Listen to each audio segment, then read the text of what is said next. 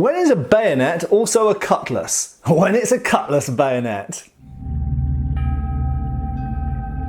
Hey folks, Matt Easton here, Schola Gladiatoria and Easton Antique Arms, and what we have here is a cutlass bayonet. I mean, it's fairly obvious actually for anyone who's watching that it is a cutlass at first sight, but it is also, if we just come in a little bit closer here, you can see it is set up to be fitted onto a rifle. I was going to say or musket, but in this case it is specifically a rifle from the start. So how did this come about? Well, that's lost a little bit to the mists of time, I'm afraid. But what we do know is that in 1853, the British Army adopted universally a new pattern of long arm, that is long firearm, for their armed forces, which was the Enfield rifle, the 1853 pattern Enfield rifle. This was also used, incidentally, in the American Civil War by both sides, most famously perhaps by the Confederacy, but also by the Union as well in some numbers. So the British government was producing this rifle from 1853-54 onwards. One thing we should mention very briefly is that that doesn't mean that all British forces got that rifle straight away. In fact, far to the contrary. We know even in the Indian Mutiny of 57 and 58, which supposedly was partially instigated by the introduction of the new cartridges for the new rifle. In fact, an awful lot of Indian Army forces and some British regiments as well, which didn't yet have the new rifled musket, as they called it, but a rifle essentially. Okay, now coming back to this, so how does this fit into that? Well, in the Royal Navy had long arms as well. They had muskets, and it was decided that they should have a form of the three-band rifle, the long army rifle. But one of the reasons that rifles of this period were as long as they were was to enable them to be used effectively as pole arms when they had a bayonet attached to them. So there was still very much a mindset that the bayonet was still an important weapon, and yes, indeed, in some conflicts they didn't see very much use, but in some conflicts bayonets saw a lot of use at this period. But both against cavalry, to prevent cavalry just smashing through infantry blocks, but also actually as a hand weapon against other infantry as well. The bayonet was still seen as an important thing, and for the bayonet to be effective, they thought it needed to be on a long weapon, so the rifle was maintained at a certain length. There was also, tied into this, and it's complicated, convoluted, there was a perception, a pervasive idea that if you shortened the barrel of a rifle, it would make it less accurate. In fact, various tests throughout the 19th century showed that you could shorten the barrel quite a lot on a rifle and still maintain accuracy, such that obviously by World War I, rifles were very much shorter than they had been at the time of the US Civil War. But the fact is that the Navy didn't want a rifle that was as long as the Army for various practical reasons to do with how they functioned as a force. And the Navy didn't always fight at sea, they didn't always fight from ships. The Navy, in fact, fought on land very often, most famously in the Indian Mutiny again. We see the Naval Brigade formed, which was very, very effective and used extensively during the Indian Mutiny, fighting on land, so sailors in their blue sailor outfits, fighting with rifles and bayonets and cutlasses on land, towing guns and operating guns as artillery crews and so on. In addition, the Naval Brigades also operated in other 19th century engagements, for example the Sudan campaign, where they famously came up the Nile on paddle steamers and then essentially disembarked. Well, they fought from the paddle steamers, but they also disembarked and fought on land as well as land soldiers. So they decided that they wanted a shorter rifle. This was the two-band version of the rifle, the naval version of the rifle, which I believe came out in 1858. No coincidence, therefore, that in 1858 they decided they needed a special naval bayonet just for the naval rifle. Now, it was a shorter rifle, and bear in mind what I've said about the idea at the time that they believed that your weapon needed to have a total length of a certain amount, about a man's height, to be effective in combat. If you came up against people with a longer weapon and you had a much shorter bayonet, especially when you're playing a game of pokey pokey, the person with the longest weapon is going to have an advantage.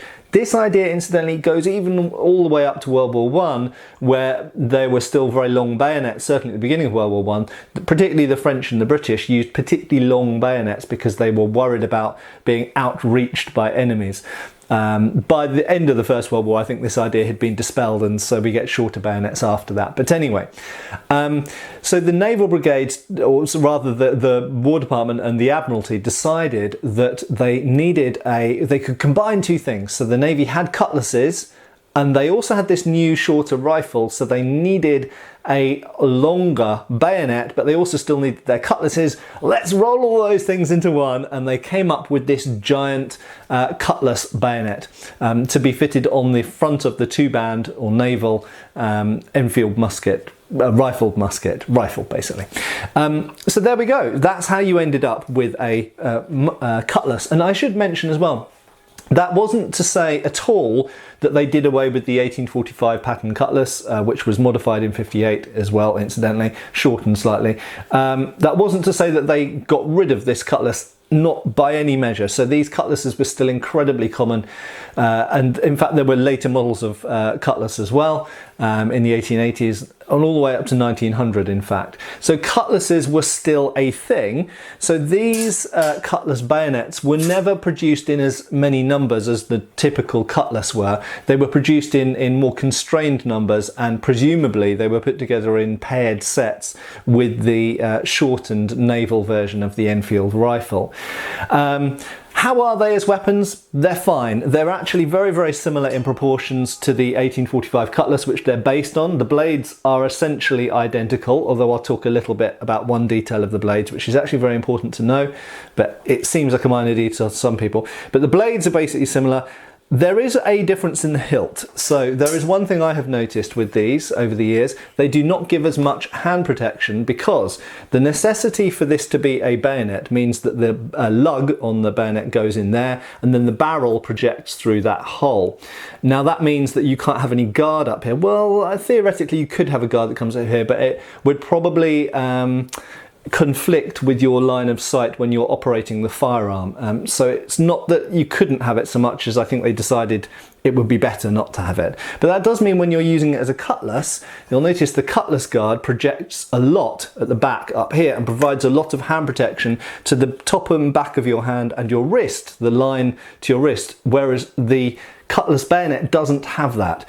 So it is lacking somewhat in the guard area. There is another way in which I think it's slightly inferior as a cutlass to the dedicated cutlass, and that is the slot for the lug to fit onto the rifle is not particularly comfortable. It's not awful, there are certainly worse bayonets around, but if you hold this, certainly if you hold this thumb up, and you do have space to, it does mean that that kind of rubs weirdly against the heel of your hand. So they're not quite, if you hold it in a hammer fist, it's not so much of a problem. That aside, there's really not an awful lot of difference between the typical 1845 cutlass and the 1859 or 58, it came in and then 59 modified, cutlass bayonet. Not a huge difference. Now, what's that important detail that I said I'd mention about the blades? Well, most of these were made in Germany under contract in Solingen by various companies. This one is actually marked with the helmeted knight emblem of Kirschbaum. Kirschbaum in 1883 merged with Wersberg and formed what the company that's still in operation today, WKC, which is Wersberg, Kirschbaum and Co, I think. That the Kirschbaum was one of the biggest manufacturers in Solingen at the time, but various German manufacturers made these on contract for the British government. Now, in the 1880s, I think it was, there was a major, mid-1880s it was, I think it was 1886, there was a major sword scandal. That's right, a sword scandal. So these days we read about Kanye West and other people in the newspaper, but in those days the Victorians read about sword scandals, and the sword scandal quite simply was that a lot of the German-made swords had turned out to be of inferior quality, perhaps in terms of the steel used, perhaps in terms of the heat treatment. The actual result, what this actually meant to people on the ground, was that these swords were bending too easily. They were too soft. And when they were used in the Sudan, famously, cavalry swords and naval cutlasses, this type, which by that point was married to the Martini Henry rifle, but basically the same bayonet, were found to be inferior. They were bending in use. So there we go. That is the 1859, as it's commonly called, Royal Navy Cutlass bayonet, and they're quite desirable things. They don't come around very often because, as I say, there's not a huge number of them in circulation. They weren't made in huge numbers, and importantly, because of the sword scandal, I think a lot of them were probably destroyed because they were tested to within an inch of their lives, and ones that passed obviously were kept or sold off or whatever, and ones that were destroyed, so they don't exist anymore. So I think that's one of the reasons you don't see an awful lot of these around today. I hope that's been useful and interesting. If you like videos like this, make sure you're subscribed and you click the notification bell. Give us a like if you're feeling charitable, and I'll see you really soon again on the channel for another video. Cheers, folks!